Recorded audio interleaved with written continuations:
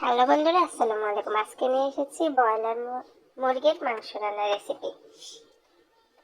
আলু আর মাংসের মধ্যে হলুদ লবণ দিয়ে হালকা আমি এখন হাতে মেখে নেব। তারপরে কড়াইয়ের মধ্যে তেল দিয়েছি। এখন মাংসটাকে আলুটাকে একসাথে করে আমি ভেজে নেব। ব্রয়লার মুরগির মাংস ভেজে খাইলে অনেক মজা হয়, আপনারা একবার খাইয়ে দেখবেন।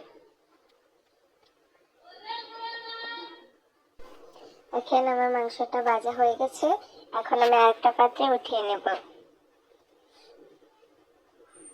হালকা ভেজে নেবেন, বেশি ভাজার দরকার নেই। মাংসটা ভাজা হয়ে গেছে, সবগুলো উঠিয়ে নিলাম। এখন কড়াইয়ের মধ্যে তেল দিয়ে নেড়ে ছেড়ে দিব। হালকা একটু বাদামি কালার হয়ে গেলে এর মধ্যে আমি মশলা অ্যাড করবো। রসুন বাটা দিয়ে দিলাম পরিমাণ মতো, তারপর আদা বাটা দিব পরিমাণ মতো। ব্রয়লার মুরগির মধ্যে আদা বাটা একটু কমে দিবেন, বেশি দেওয়ার দরকার নেই। আদা বাটা দেওয়ার পরে আমি এখন এতে জিরা বাটা অ্যাড করব। এখন নেড়ে ছেড়ে দেবো একটু। এরপর আমি হলুদের গুঁড়া দিয়ে দিব পরিমাণ মতো।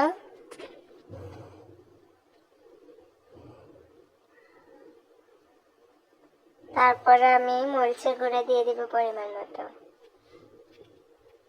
এখন নেড়ে ছেড়ে দেব। অবশ্যই আপনারা এভাবে একবার রান্না করে খেয়ে দেখবেন। এখন এতে আমি গরম মশলার গুঁড়া অ্যাড করবো। এতে দারচিনি, এলাচ, লং সবকিছু আছে। তারপরে আমি পরিমাণ মতো লবণ দিয়ে দিলাম। এখন মশলাটাকে আমি কষিয়ে নেব। ভালো করে কষিয়ে নিলে রান্নার কালারটা অনেক সুন্দর আসে। দেখুন আমার মশলাটা কষানো হয়ে গেছে। এখন আমি এতে উঠিয়ে রাখা ভাজা মাংসগুলো দিয়ে দেব। এতে এখন আর পানি অ্যাড করব না, একটু ঢেকে দিয়ে তারপর আমি কষিয়ে নেব। অবশ্যই মশলার মধ্যে কষিয়ে নেবেন, আগে কোনো পানি দেওয়া যাবে না। দেখেন আমার মাংসটার কালারটা আস্তে আস্তে আসতেছে।